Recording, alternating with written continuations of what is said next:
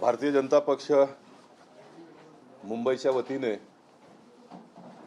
मुंबई महानगरपालिकेचे गटनेते गणेश खंडकरजी, ऑक्युपेशन सर्टिफिकेटची जी कमिटी स्थापित केली होती त्यात ॲडव्होकेट सिद्धार्थ शर्मा, आर्किटेक्ट अरविंद नंदापूरकर हे दोघे होते. उत्तर मुंबई जिल्ह्याचे अध्यक्ष बाला तावडेजी आणि महासचिव निखिल व्यास हे आजच्या प्रेस कॉन्फरन्सला उपस्थित आहेत. मी सर्वप्रथम गणेश खंडकरजींना मनापासून धन्यवाद देतो. कॉर्पोरेशनचं गठन झाल्याबरोबर त्वरित महानगरपालिकेला पत्र लिहून बहुप्रलंबित ऑक्युपेशन सर्टिफिकेटचा मुद्दा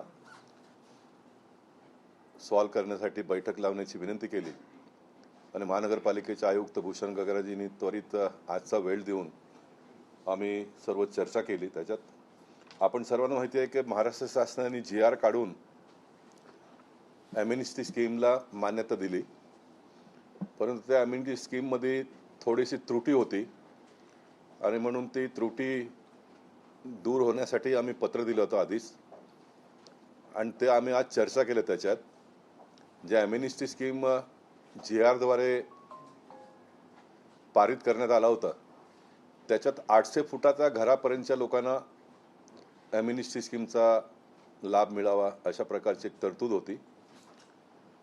ते ऑक्युपेशन टू ऑल हा मुद्दा आम्ही घेऊन ज्या बिल्डिंगला कॉर्पोरेशनने मान्यता दिली, प्लॅन अप्रूव्ड केला आहे, त्याप्रमाणे ऑक्युपेशन सर्टिफिकेट द्यायला पाहिजे हे भूषण गगराजींनी आज मान्य केलं. त्याचबरोबर आताच्या GR मध्ये कमर्शियलमध्ये शाळा आणि हॉस्पिटलला ॲम्निस्टी स्कीममध्ये समावेश करण्यात आला होता. तर आम्ही त्यांना म्हटलं बाबा ऑक्युपेशन टू ऑलमध्ये जे बिल्डिंग महानगरपालिकेने कमर्शियलही पास केलं तर त्यांनाही ह्याचा लाभ मिळाला पाहिजे, कारण आपण डिस्क्रिमिनेट करू शकत नाही. परत कोणीतरी कोर्टात गेलं तर मग परत आणखीन लोकांना खर्चिकसुद्धा आहे आणि लोकांवर ते एक अन्याय केला असाही होऊ शकतो. आणि आपण काही असा आउट ऑफ द बॉक्स जाऊन कोणालाही मदत करत नाही, विदिन द रूल आपण मदत करतो. हे कॉर्पोरेशनकडनं झालेली चूक म्हणता येणार नाही. त्यावेळी नियम होता आणि त्या नियमात विकासक लोक मोठ्या प्रमाणात चोरी करतात असे आढळून आलं. म्हणजे काही लोक 4 फूटचा बाल्कनी करतात तर काही लोक 6 फूटचा करतात.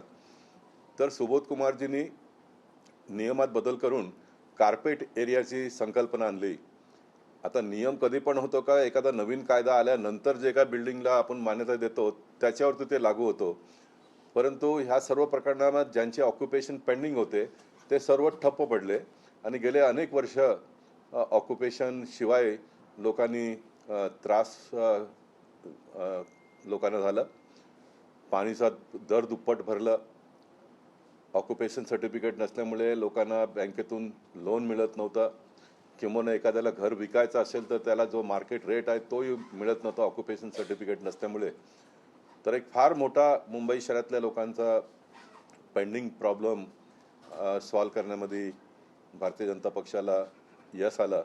या कामात महाराष्ट्राचे मुख्यमंत्री देवेंद्र फडणवीसजींनी अनेक वेळा फोन केला गगराजींना, एकनाथ शिंदेजींनी प्रयत्न केला. महाराष्ट्र विधानसभेमध्ये आपण लोकांनी पाहिलं असेल त्यांनी GRला मान्यता देऊन त्यांनी खूप परिश्रम घेतलं. आशिष शेलार जे आपले पालकमंत्री आणि मंगलप्रभातजी या दोघांनीही आपापली भूमिका बजावली. मुंबई भारतीय जनता पक्षाचे नवनिर्वाचित अध्यक्ष अमित साटमजींनी एक कमिटीचं गठन करून त्याच्यात मला ही जबाबदारी सोपवली आणि माझ्याबरोबर जे काही लोकांनी काम केलं ह्या सर्व लोकांनी खूप मेहनतीने खूप कमी वेळामध्ये एक प्रस्ताव आम्ही सादर करून असीम गुप्ताजींना दिलं आणि असीम गुप्ताजींनी त्याला लवकरात लवकर मान्यता देऊन ज्या काही उरलेल्या तुट्या होत्या तेही आज भूषण गगरांनी मान्यता देऊन पुन्हा आम्ही आता UDकडे 2 दिवसात पाठवणार असं ते बोलले. म्हणजे एक ऑक्युपेशन सर्टिफिकेटचा खूप मोठा प्रॉब्लेम सुटला आहे असं म्हणायला काही हरकत नाही. त्याचबरोबर दुसरा एक मुद्दा आम्ही घेतला. मुंबई शहर ज्यावेळी अस्तित्वात येऊन कॉर्पोरेशनचं कामकाज सुरू झालं तर त्यावेळी 1962ला जेवढे स्ट्रक्चर्स होते त्याची एक यादी बनवली आणि 1962 पर्यंतच्या स्ट्रक्चरला टॉलरेटेड कॅटेगरीमध्ये टाकलं. आता हे टॉलरेटेड कॅटेगरीमध्ये का टाकलं? तर एखादा रोड वायंडिंग झालं तर मग त्यांना पर्याय जागा देण्यासाठी किंवा डेव्हलपमेंटच्या कामामध्ये या सर्व झोपडी किंवा कमर्शियल एस्टॅब्लिशमेंट आलं तर त्यांना पर्याय जागा देण्यासाठी तो एक कायदा आपण लोकांनी बनवलं. आणि कल्पना अशी होती का 1962च्या नंतर सर्व जे काही घरं बांधले जातील ते सर्व परमिशन घेऊन बांधतील लोक, असा एक मानस होता आणि ते वास्तविकताही आहे. परंतु मुंबई शहर ज्या गतीने मिल्क मुळे किंवा अन्य औद्योगिक व्यवसाय या मुंबई शहरात सुरू झाले, मोठ्या प्रमाणात लोक बाहेर अन्य राज्यातून यायला लागले आणि जिथे जमीन लोकांकडनं विकत घेऊन, काही लोकांनी पैसे देऊन विकत घेऊन घरं बांधली, काही लोकांनी सरकारी जमिनीवरती बेकायदेशीर बनवलं. आपल्या सर्वांच्या माहितीसाठी काही ठिकाणी महापालिका आणि सरकारच्या लोकांनी अशा लोकांना बसवण्याचंही काम केलं. हे कसं? तर मुंबई शहरामध्ये सिवरेजचा मोठ्या प्रमाणात आपण लोकांनी कामकाज सुरू केलं. तर सिवरेजचं काम करण्यासाठी आंध्रा, तामिळनाडू इकडनं सर्व लेबर कॉन्ट्रॅक्टर लोक पकडून आणत होते. तर असे हे सर्व लेबर कुठे एका 2 रूम किंवा 3 रूम बेडरूमच्या घरामध्ये राहणार नाही, कारण आपल्याकडे घरच नव्हते उपलब्ध. आणि जिथे महानगरपालिकेची जागा होती तिथे झोपडी बांधून राहायला सांगितलं. 5-5, 10-10 वर्ष काम चालले आणि ते तिकडे स्थायी झाले. त्यांच्या मुलांना माहीत आहे ॲडमिशन, त्यांचा रोजगार, मग दुसरा प्रोजेक्ट झाला. म्हणजे हे सर्व कामगारच होते. तसेच MTNL आला, रेल्वे लाईनचे वाढायला लागले तर रेल्वे लाईनच्या ऑफिसरांनी रेल्वे लाईनच्या जागेवर बसवलं. असं करत करत झोपडपट्टी या मुंबई शहरात वाढलं गेलं. आणि एकूणच ज्या लोकांना या गोष्टीचा अभ्यास नाही आहे त्या लोकांनी एक चित्र असं उभं केलं का बा काय कुठूनही लोक आल्याने मुंबई शहरामध्ये झोपड्या बांधले, असं एक चित्र निर्माण झालं. परंतु सरकारला ह्या सर्व गोष्टीचं ज्ञान होतं, त्यामुळे मग मार्ग काढण्यासाठी स्लम ॲक्ट आपण लोकांनी आणला 1976ला. स्लम ॲक्टच्या माध्यमातून लोकांना प्रोटेक्शन दिलं. 76ला स्लम ॲक्ट आला. नंतर आपण ते 80, 85, 90, 95, 2000 आणि आता शेवट 2011 पर्यंत केलं. हे 2011 पर्यंत आपण लोकांनी केलं, तरी गाईडलाईन 1962चा तर आजही सुरू आहे.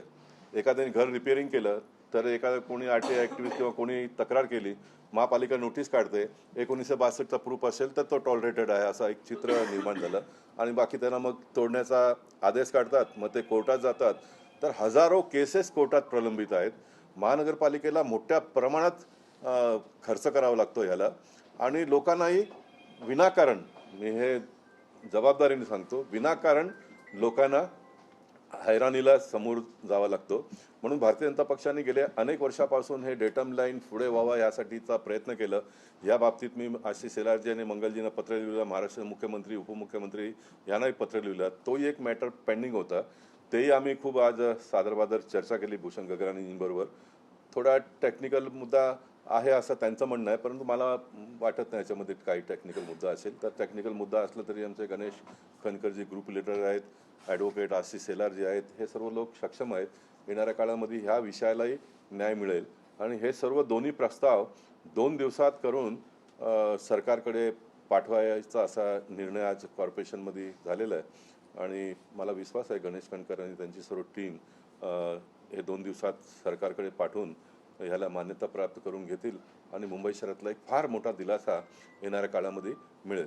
आपल्या माहितीसाठी डेटम लाईन 1962चा आज असला तरी 2000चा स्लमचा कायद्यामुळे लोकांना पर्याय जागा दिल्याशिवाय कोणाचा तोडायचा नाही, अशा प्रकारचा एक पुन्हा कायदा आहे. आता आपल्याकडे PAP द्यायला नाही आहे म्हणून कॉर्पोरेशनने एक परत नवीन सिस्टम डेव्हलप आपण लोकांनी केलं. आपण त्यांना तर रोख पैसेही देतो, रोख पैसे आपण त्यांना देतो. परंतु 1962चा हा डेटम लाईनमुळे खूप कामामध्ये दिरंगाई आणि गतीने आपण काम करू शकत नाही. आज आपल्याकडे पैसाही भरपूर आहे, 74,000 कोटीचा आपला बजेट आहे. तर ह्या सर्व बजेटचा उपयोग घेऊन रोड वायंडिंग फटाफट झालं, ट्रॅफिकचा इतका मोठा प्रॉब्लेम येणाऱ्या काळामध्ये आपण सॉल्व्ह करू शकतो.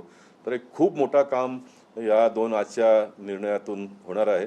मी गणेश खनकरजींना विनंती करतो, त्यांनी पुढचा जे काही त्यांना या बाबतीत मांडायचं मांडून मी त्यांना विनंती करणार, जे आज ठरल्याप्रमाणे 2 दिवसात सरकारकडे हे प्रस्ताव पाठवून मग पुढचा मंगलजी आणि आशिष शेलार जे आहेत ते गती देऊन अप्रुव्हल घेतील तिकडनं. OC फॉर ऑल बोल दे. आणि ह्याचा टायटलच आज आपण असा केला, OC फॉर ऑल, म्हणजे सर्वांना OC. जो GR आला त्याच्यामध्ये त्रुटी होती, काही लोकांना OC मिळत होता, काही लोकांना मिळत नव्हतं. म्हणून कॉर्पोरेशनचा नियम होता तरी देवेंद्रजींनी आम्हाला सांगितलं राजकारणाच्या ठिकाणी आपण ठेवू, परंतु सर्व मुंबई शहरातल्या ऑक्युपेशन मिळायला पाहिजे, म्हणून निवडणुकीच्या नंतर हा मुद्दा आपण परत हातात घेऊ, अशा प्रकारचं त्यांनी आम्हाला सूचना केली होती. त्याप्रमाणे आम्ही एवढा मोठा निवडणुकीचा प्रोसेस असतानाही खूप मन मोठा करून आम्ही पुढची तारीख त्याला दिली. आम्ही मुंबई शहरातल्या लोकांनाही धन्यवाद देऊ इच्छितो. ऑफिसचा मॅटर पेंडिंग असतानाही बहुमताने भारतीय जनता पक्षाला आणि शिवसेनेला निवडून दिलं, त्याबद्दल मुंबई शहरातल्या सर्व नागरिकांनाही मी धन्यवाद देतो. आणि मी हे वचनही देतो का खूप लवकरात लवकर गणेश खंडकरजींच्या नेतृत्वात मुंबई शहरातल्या लोकांना ऑक्युपेशन सर्टिफिकेट मिळेल. गणेश, आज आयुक्तांकडे आमची या संदर्भातली बैठक झाली. या विषयाचा माननीय आमचे माजी खासदार ज्येष्ठ नेते गोपाळ शेट्टीजी हे गेल्या अनेक वर्षांपासून विविध स्तरांवरती याचा आवाज उठवत होते. ओसी हा विषय किती महत्त्वाचा आहे आपल्या सगळ्यांना ठाऊक आहे. आणि यामुळे विशेषतः मध्यमवर्गीय कुटुंबांना ज्या इमारतीमध्ये राहतायत, अनेक वेळेला काही त्रुटी राहून गेल्या, बिल्डर्सने काही भाग त्यावेळेला शिल्लक ठेवले असतील, काही बदल झाले असतील, पण ओसी नसल्यामुळे जे काही त्रास किंवा रिडेव्हलपमेंटला जात असताना जे काही विषय पेंडिंग राहत होते, त्यासाठी ते सातत्याने त्या बाबतीत आवाज उठवत होते. आणि त्यांच्या या विषयाला आम्ही सर्व पाठिंबा देऊन, म्हणजे ते जे आज करतायत म्हणजे शब्दात व्यक्त करणं कठीण आहे, त्यांनी इथपर्यंत तो विषय आणला. आज त्या विषयातला काही त्रुटी असतील किंवा जी काही विषय पुढे न्यायच्या बाबतीत एक आमची चांगली बैठक आयुक्तांकडे झाली. माझ्यासोबत नगरसेवक बाळा तावडे असतील, आत्ता शिक्षण समितीवरती ज्यांची नियुक्ती झाली ते निखिल व्यास आहेत, आणि मुंबई शहरामध्ये एक जी काही नामांकित वास्तुविशारद आहेत त्यापैकी अरविंदजी स्वतः, आणि ज्यांना या विषयातली टेक्निकल माहिती आहे असे नगरसेवक आणि आत्ता ॲडव्होकेट आहेत स्वतः सिद्धार्थ शर्मा, असे आम्ही सर्व आयुक्तांकडे होतो. पुढच्या 2 दिवसामध्ये या संदर्भामध्ये यातला प्रस्ताव तयार करून ते असीम गुप्ता यांच्याशी चर्चा करून पुढे पाठवत आहेत आणि आमची लगेचच बैठक होईल. जसं माननीय गोपाळ शेट्टीजी आमचे ज्येष्ठ नेते आहेत त्यांनी सांगितलं, ओसी फॉर ऑल हा जो काही आमचा विषय आणि एक मोहीम घेऊन ते चालतायत, त्या बाबतीत लवकरात लवकर निर्णय होईल या विषयापर्यंत आम्ही पोहोचलेलो आहोत. त्याबद्दल मी त्यांचं अभिनंदनही करतो. आणि ह्यातलं जो काही पाठपुरावा आहे हा भारतीय जनता पक्षाचा गट म्हणून आम्ही या ठिकाणी सातत्याने करत राहू. त्याच्यात एक मुद्दा राहून गेला फार महत्त्वाचा. 1962च्या डेटम लाईनमुळे किती मोठा गोंधळ ह्या मुंबई शहरामध्ये निर्माण झाला. तर सुकला कंपाऊंडचा विषय आपल्याला माहिती आहे, अनेक पत्रकारांनी त्याच्यात साथ दिली आम्हाला. सुकला कंपाऊंड ही प्रायव्हेट प्रॉपर्टी. सुकला कंपाऊंड सुकला नावाच्या व्यक्तींनी पाटील परिवाराकडनं घेऊन 40 वर्षापूर्वी वसाहत निर्माण केलं. ॲसेसमेंट टॅक्स भरतात ते लोक. मुंबई महानगरपालिकेने गुमास्ता लायसन्स दिलं आहे छोट्या छोट्या व्यावसायिक लोकांना. परंतु एका नवीन विकासकांनी ती जागा विकत घेतली. त्यांना माहिती होतं स्लम डिक्लेअरसुद्धा नाही आहे आणि 1962चा यांच्याकडे प्रूफ नाही आहे. महापालिकेला तक्रार करून कोर्ट कचेरी करून पहिल्या फेजमधल्या 181 घरं त्यांनी तोडले. बाकी आता 300 आहेत सुकला कंपाऊंडमध्ये. तर इतका मोठा अन्याय ह्या मुंबई शहरामध्ये सुकला कंपाऊंडच्या माध्यमातून झालेलं आहे. आणि हे डेटम लाईन जर आपण लोकांनी 2000 पर्यंत केलं तर हे येणाऱ्या काळामध्ये कुठलाही विकासक किंवा कुठलाही धनाढ्य माणूस अशा प्रकारचा प्रयत्न करून लोकांना बेटीस धरणार नाही, इतका मोठा हा विषय आहे. हो हो हो.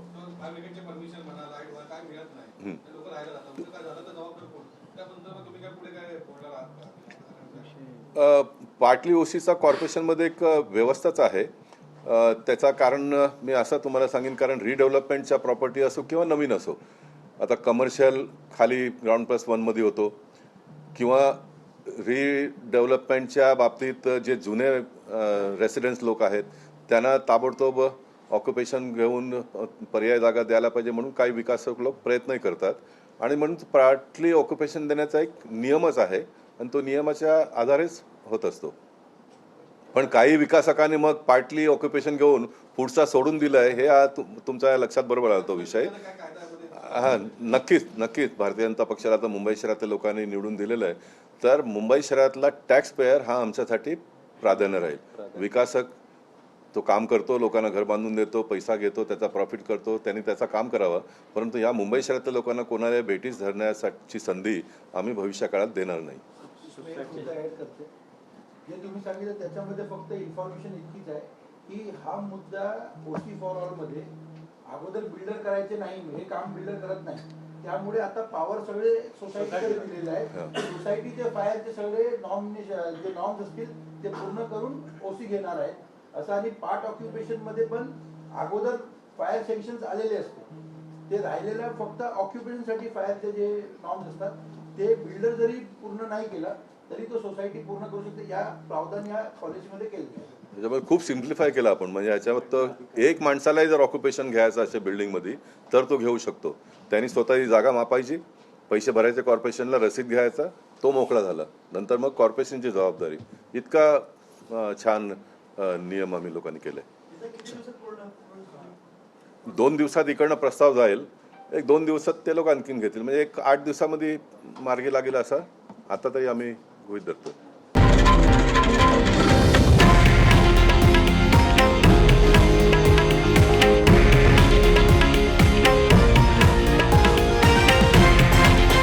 हे आहे देशातील नंबर 1 न्यूज नेटवर्क आणि आपण पाहत आहात TV9 मराठी, एकमेव.